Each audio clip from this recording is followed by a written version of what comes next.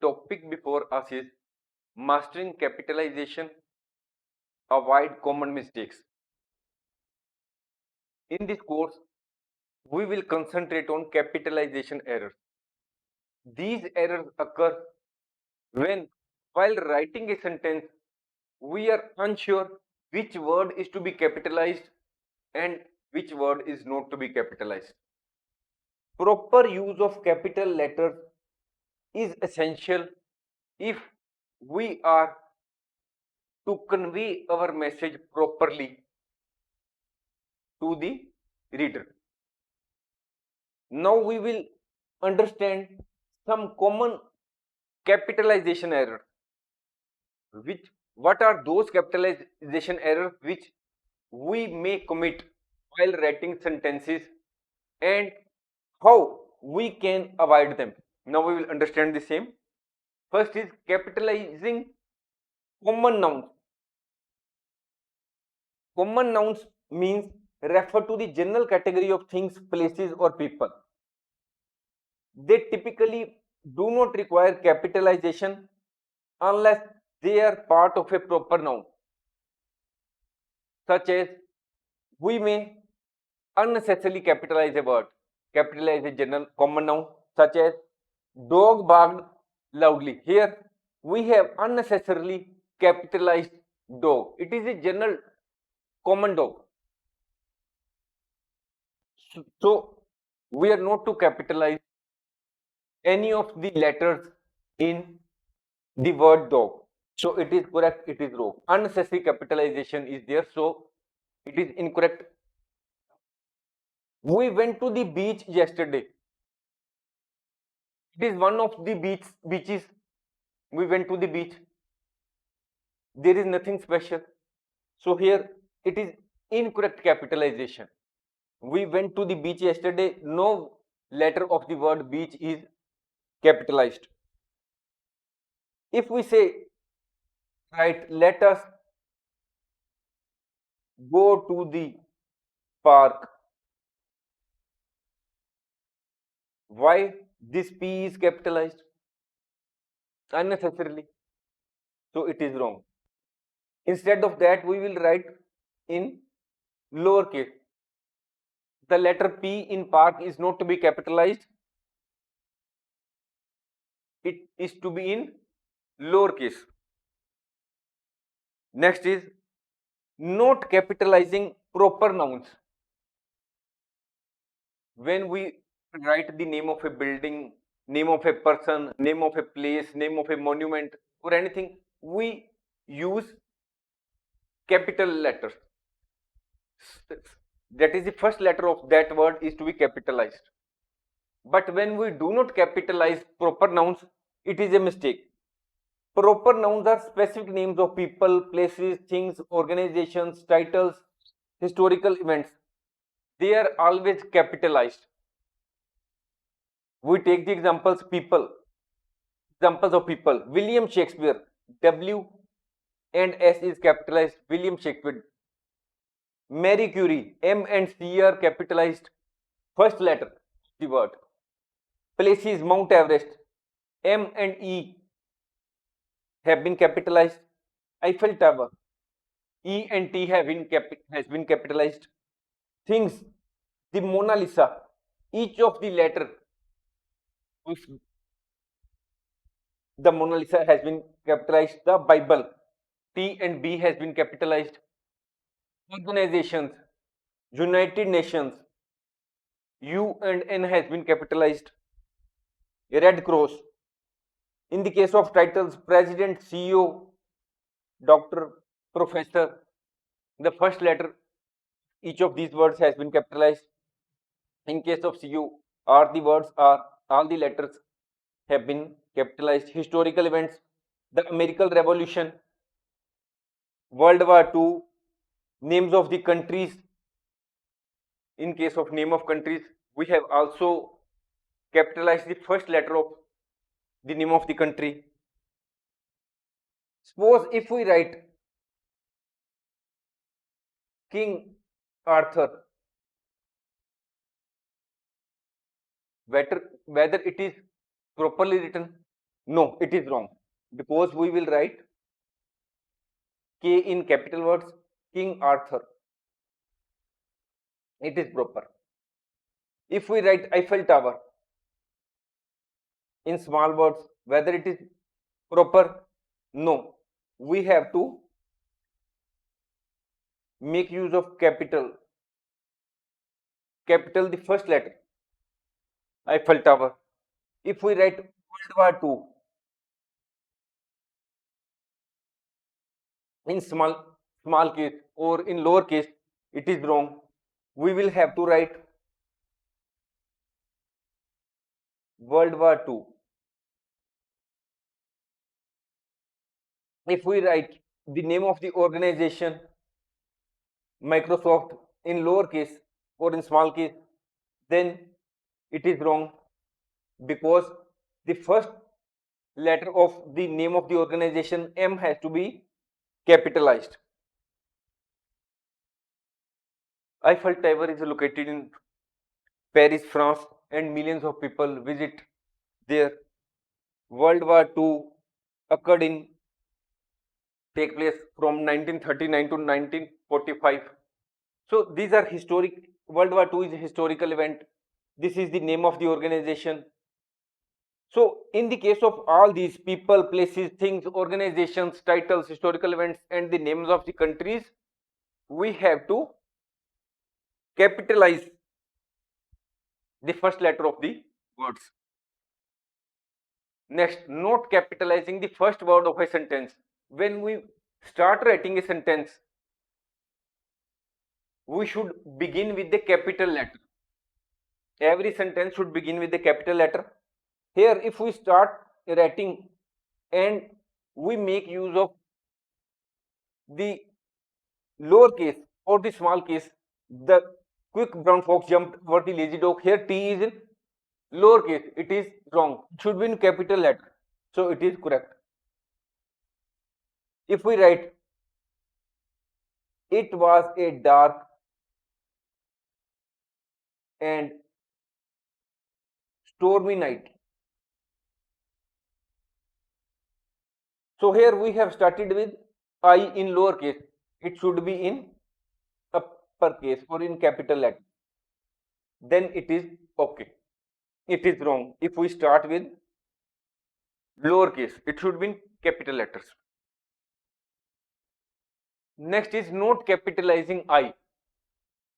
When we are to use I in the sentence as a pronoun, then we have to capitalize it. Even when we use the pronoun I in the middle of a sentence. I went to the movies. Here I is in lower case. It should be in capital letters. If we write when I went to the store, I bought some milk.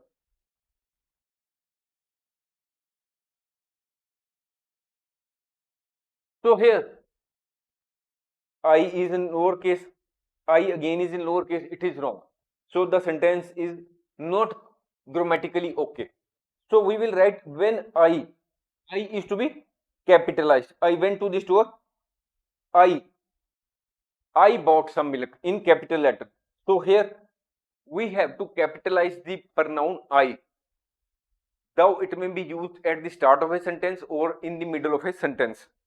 Next is random capitalization for emphasis. Suppose we write this is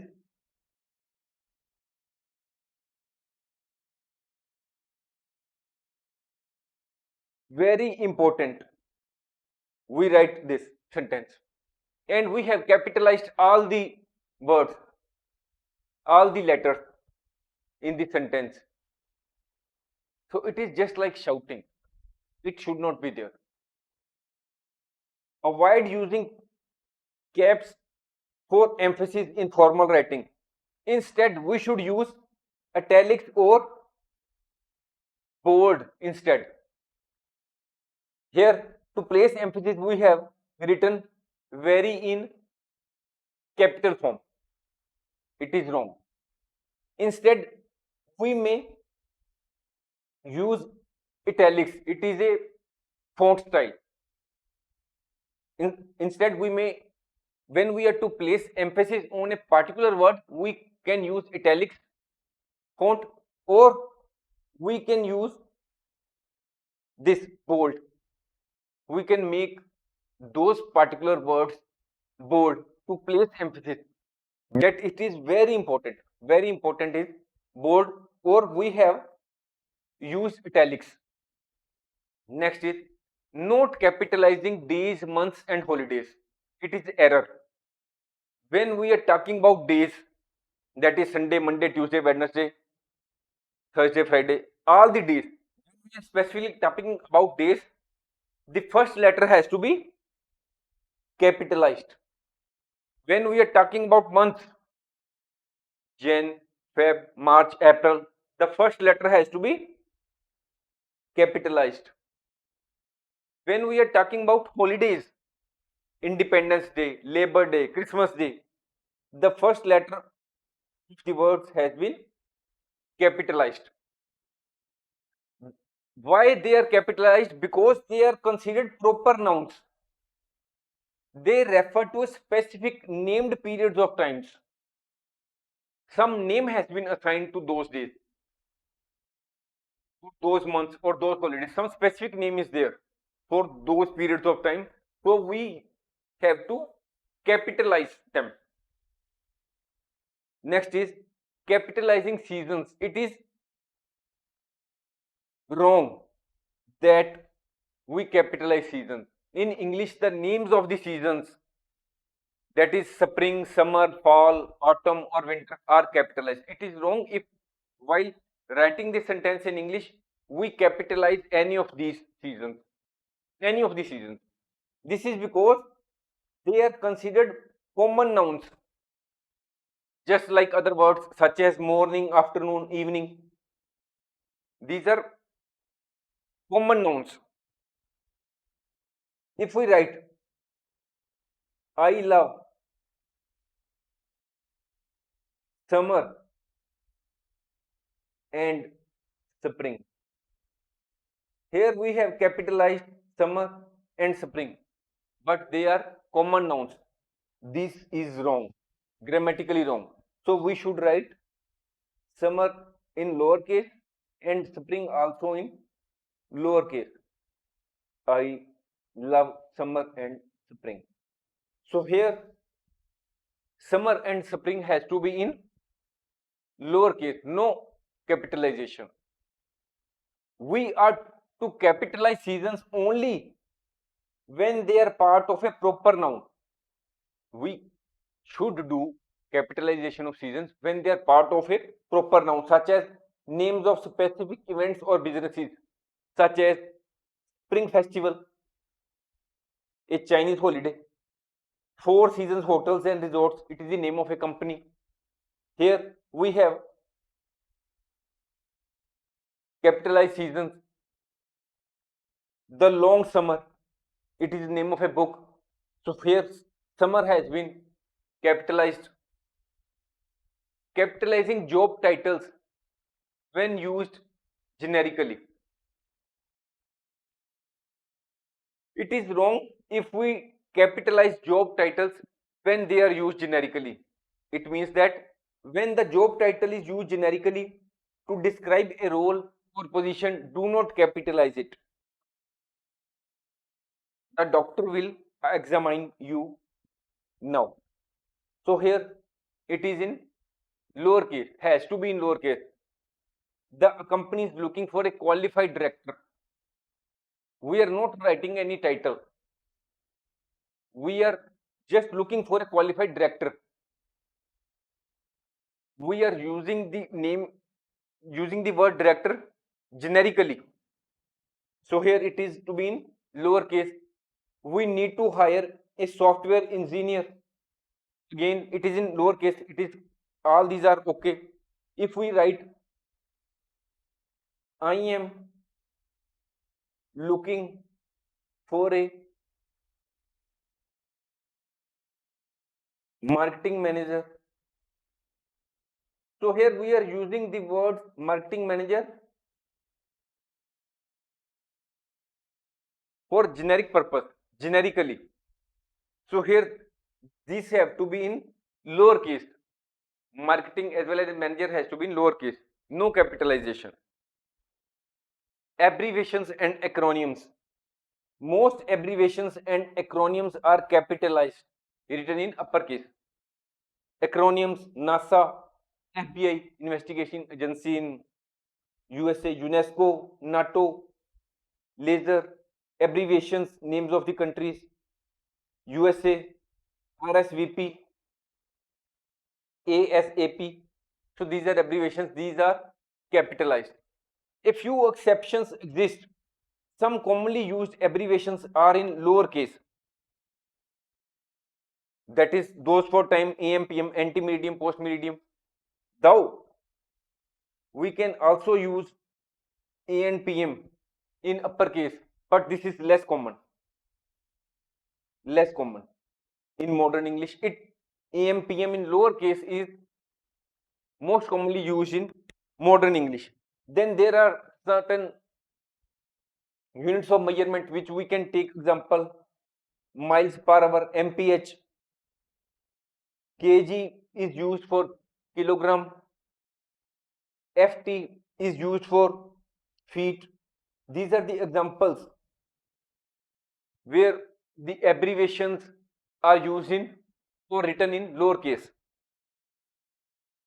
Capitalizing after a colon, this is colon. The first word following a colon is usually lowercase unless it is a proper noun for the start of a complete sentence. That is, there are two exceptions when the word after after a colon has to be capitalized. Normally it has to be in lowercase. The ingredients for this cake are simple: flour, sugar, eggs and butter. Here we have used colon, and here flour is in lowercase. The capital of France is Paris. Here P is in uppercase because it is a proper noun, name of a city. He made one promise: he would never lie again. It is the start of a complete sentence. So here we have capitalized he. Some other example: she had one goal in mind: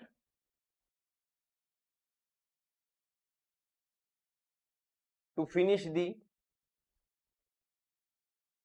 project on time. So here T is in lowercase because it follows a colon. It is neither a proper noun and neither a complete sentence has been written here. It is just the clarification of the goal which she has in mind. Practice questions for capitalization error. There are certain sentences, some sentences with capitalization errors. We are to identify and correct them. My family always goes on vacation in the summer. First is that the sentence has to be started with capital letter. Next is the names of the seasons. That is the, when we are talking or writing about summer, winter, these are not to be capitalized. So here it is to be in lowercase.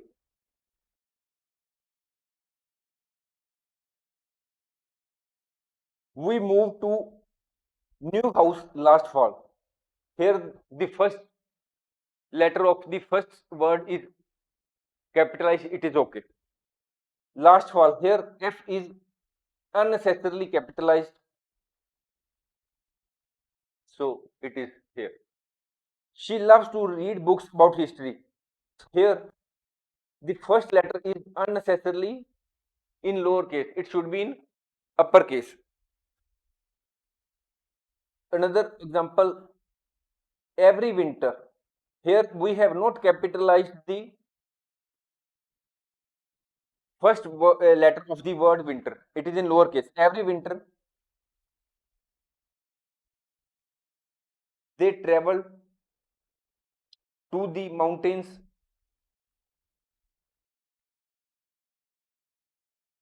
to sky. SKI.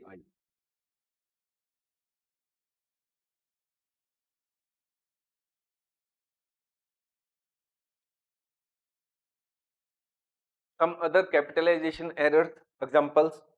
My favorite months are March and April. We have already learned that the names of days, months are to be written in capital letters. First letter has to be in capital. So here March and April, first letter has been capitalized. They are planning a trip to Paris next spring. First start of a sentence, it is to be with the capital letter. Trip to Paris. Paris is the name of a city. So P has to be in capital. Next spring, here is unnecessarily in capital. It is to be in lowercase. The company is hosting a conference in September. So the first letter of the first word has to be in capital. Name of the month is unnecessarily in lowercase. First letter has to of the month has to be in capital. Spring is my favorite season. So here, as we are starting the sentence, here it is okay.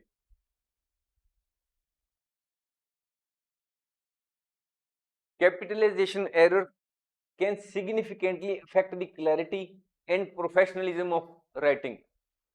If we unnecessarily capitalize any word or unnecessarily place emphasis on a particular point by way of random capitalization, if we do not capitalize the first letter when we are starting the sentence, or when we are using the pronoun I, we are writing it in lowercase, all these types of mistakes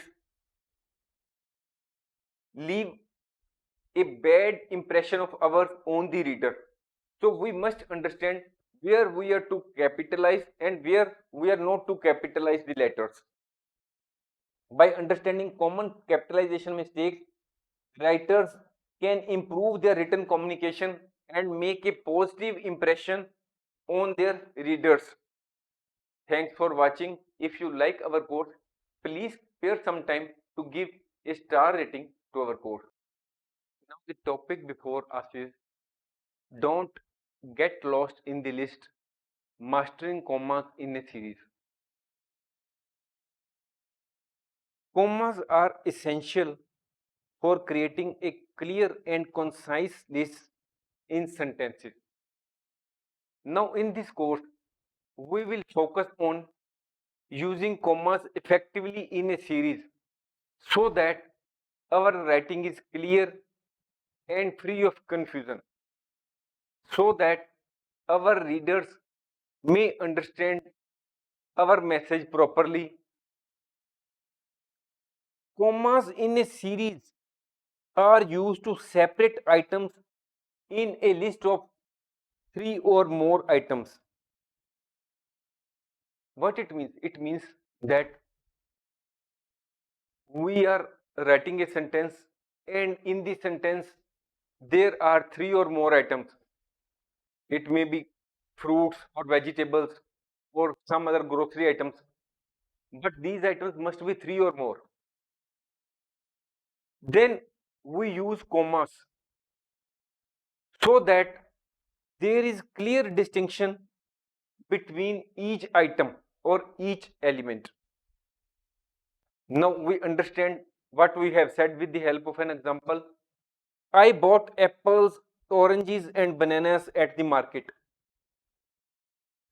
Now here you will see apples, after oranges, we have used commas. So these are commas in a series. These are the items: apples, oranges, and bananas. And this is the list as a whole. So here, to make the sentence clearer and free of confusion and properly readable, we are making use of commas in a series. The Oxford comma. Oxford comma is also known as serial comma.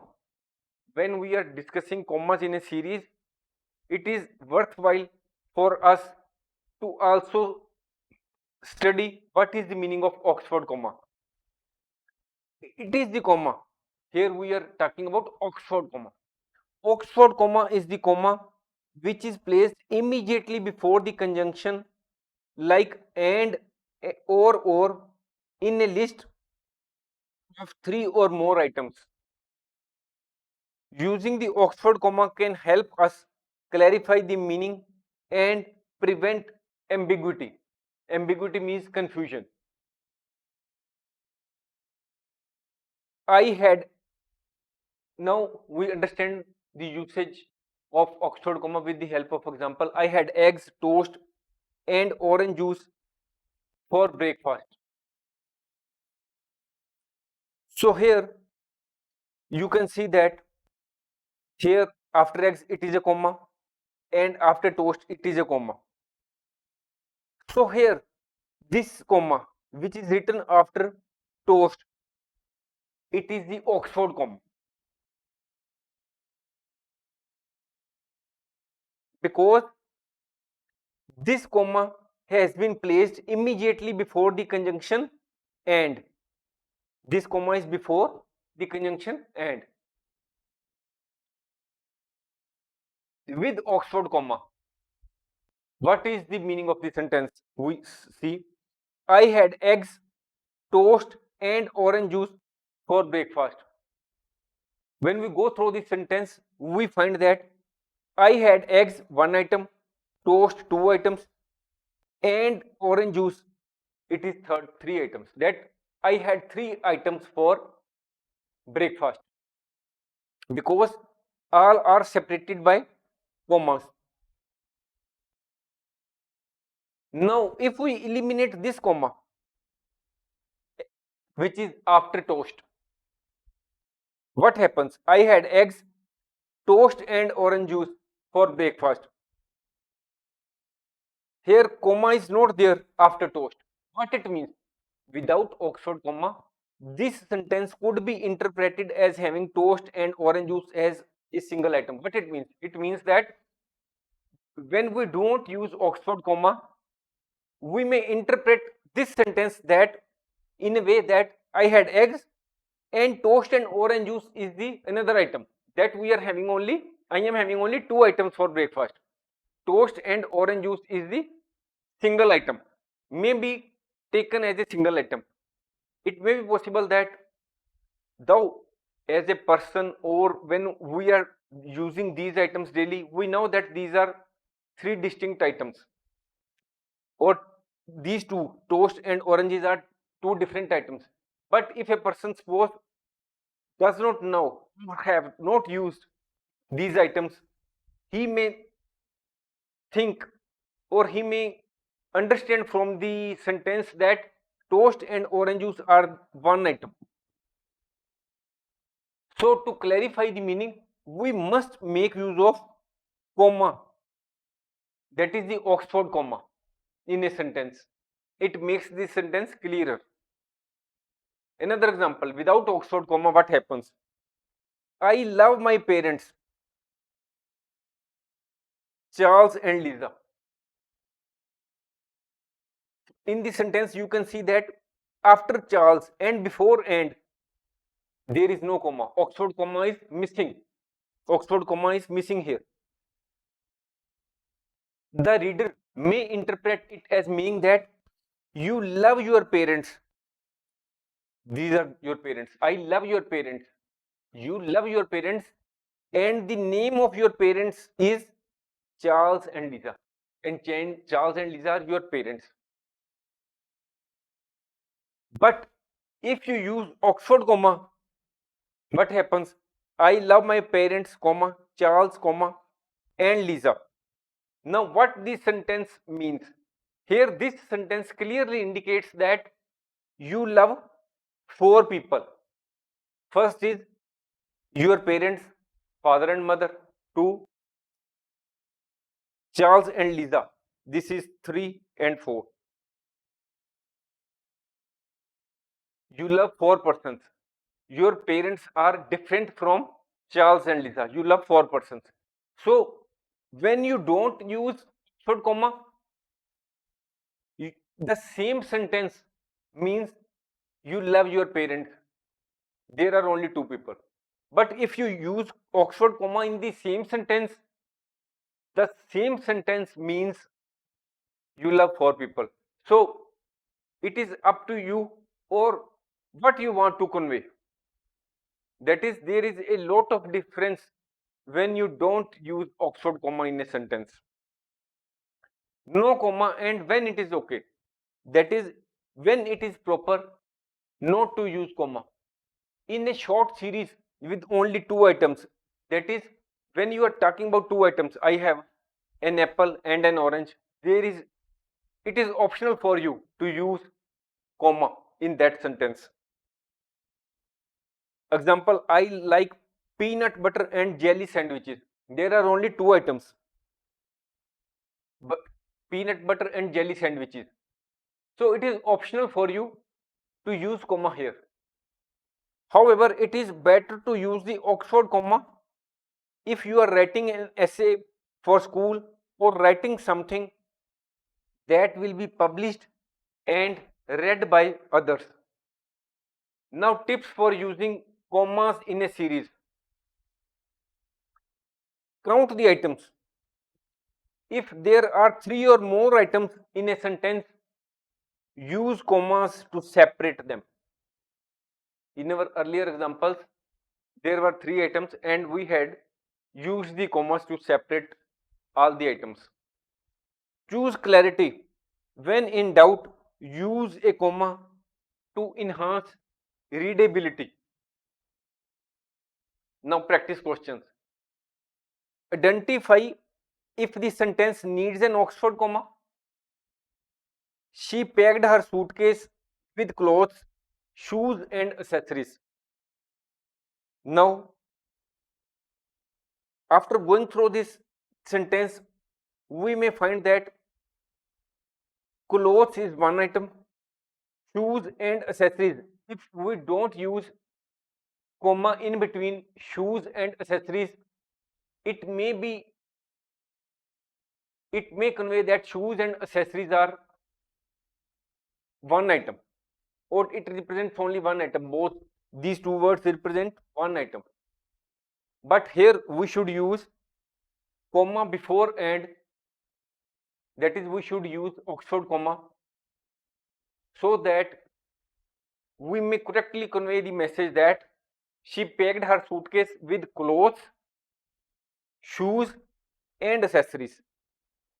That is, there are in fact three items. The meaning is proper. Adding next is add the missing commas in the following sentence. The new store sells books, electronics, toys and furniture. So missing commas are sells books, one item, electronics, second item, toys, third item. So all these commas as a whole are known as commas in a series. And this last one, which is before and, it is known as Oxford comma.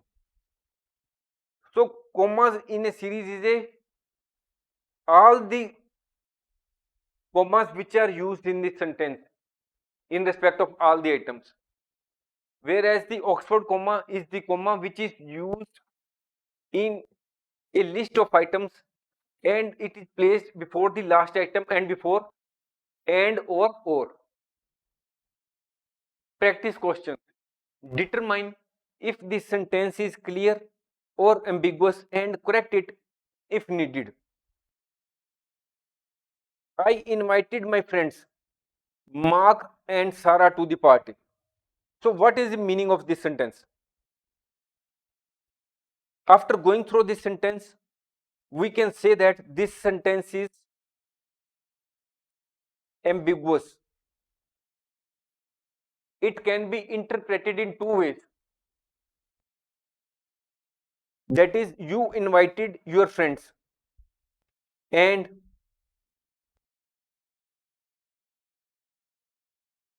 you invited your friends and their names are Mark and Sarah. It is one of the ways this sen- sentence may mean. Other is that you invited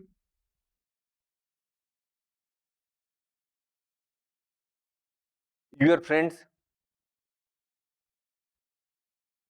and also invited Mark and Sarah separately. That is, you not only invited your friends but also invited Mark and Sarah. That is, friends are separate and Mark and Sarah are separate. That is, as a whole, this sentence which is given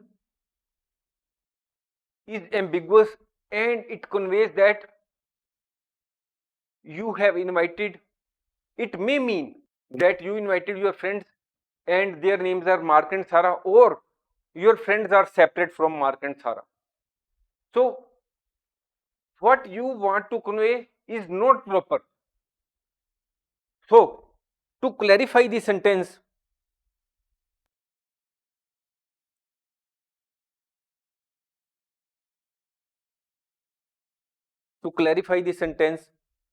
we will rewrite the sentence so that we can properly convey what we want to say. If Mark and Sarah, if Mark and Sarah are your friends, if in actually Mark and Sarah are your friends, then you can say that, write that I invited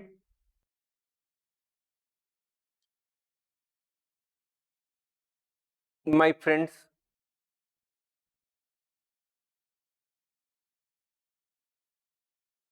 Mark and Sarah to the party. That is, if Mark and Sarah are your friends, then you can use this sentence. I invited my friends Mark and Sarah to the party. There is no comma in between friends and Mark. But if Mark and Sarah are separate from your friends, not friends, if Mark and Sarah are not friends, are not your friends, then you can write that I invited my friends, comma, Mark, comma, and Sarah to the party. So here, if Mark and Sarah are not your friends, that is, they are separate from your friends, then you can write that I invited my friends Mark and Sarah. Here you are making use of comma after Mark and after friends. So here friends are separate, Mark and Sarah are separate. Here, placing comma before and helps us to separate the items, separate the people. So, in fact, this sentence was ambiguous, and if the two persons, Mark and Sarah, are our friends, we should write in this way: I invited my friends Mark and Sarah without any comma. If Mark and Sarah are not your friends, but they are different or separate from your friends, then you are to use commas in a series and also Oxford comma in it to properly convey your message. Now, practice questions. Rewrite the sentence with Oxford comma. For lunch, I had a sandwich, chips, and a soda. As already told, in case of Oxford comma, it is placed before the word and or. Here, this is the last item, soda. Before it, there is and before that, we have to insert this Oxford comma. Identify and correct the sentence if needed. The team included engineers, it is first item, designers, second item, second people, second set of people, and manager, third set of people. So here we will use commas in a series after engineers and after designers. Before and we will use commas. The team included engineers, comma, designers, comma, and managers. Rewrite the appropriate with appropriate commas. In the box, there were pens, pencils, and markers. So here we will have to use commas in a series. There were pens, comma, pencils, comma, and markers. So that here we have used commas to differentiate all the items, to separate each item from the another item, so that the meaning of our sentence is proper. Now, practice questions. Identify the if the sentence needs an Oxford comma. My favorite books are Great Gatsby, To Kill a Mockingbird, and Moby Dick. So here, what is given? That my favorite books are Great Gatsby, it is first book.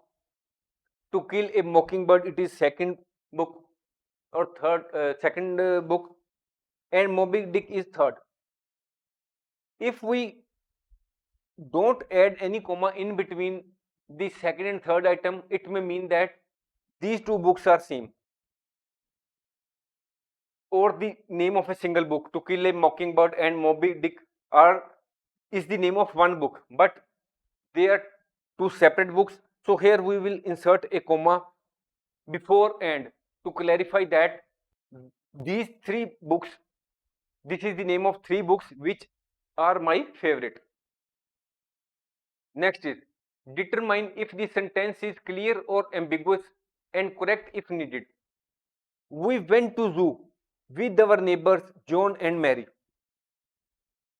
This sentence is ambiguous because it can be interpreted in two ways. It may mean that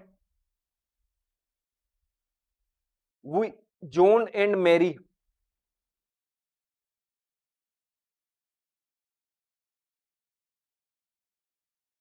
are your neighbors, or this sentence may also mean that John and Mary are not your neighbors and they are different from your neighbors.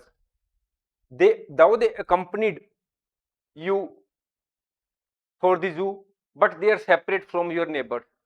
So this sentence can be interpreted in two ways.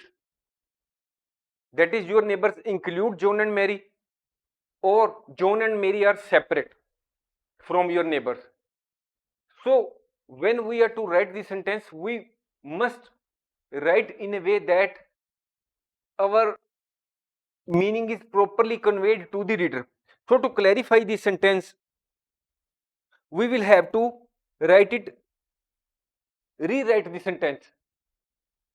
So how we do it? Let us see. We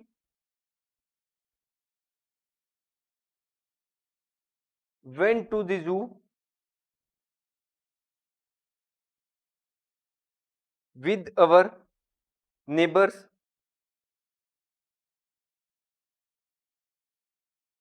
John and Mary. Here we are not inserting comma between neighbor and John. Now we have not inserted comma here in between neighbor and John. So it conveys that we went to the zoo with our neighbors, and the name of our neighbors are John and Mary. Other in another case, if we want to convey that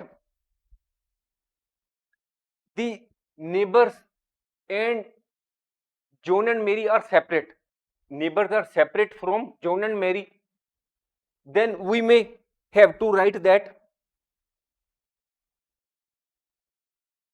we went to the zoo with our neighbors John and Mary. Here what we have done, here we have inserted comma after neighbors and after John. It means that our neighbors are different, and John and Mary are also separate. That is, we went to the zoo not only with our neighbors, but John and Mary also went with us. So in this way, we must clarify what we want to convey. Next, determine if the sentence is clear or ambiguous or correct if needed. I had lunch with my boss and my co-worker. This sentence is ambiguous, not clear, because it can be interpreted in two ways. It may convey that your boss and you, the co-worker, are same. That is, there is one person, say A, who is a boss and also your co-worker. You are working in an organization and there is one your boss. So boss is not only your co-worker but also your boss. So same person is the co-worker and the boss. That is, you are having, or you had lunch with one person. But it may also convey that you had lunch with two people. One is your boss and other is your co-worker. So to clarify the position or to convey the intended meaning, we have to rewrite the sentence. If your boss and co-worker are two different people, if there are two people, boss is separate, co-worker is separate, then you will write, I had lunch with my boss and a co-worker.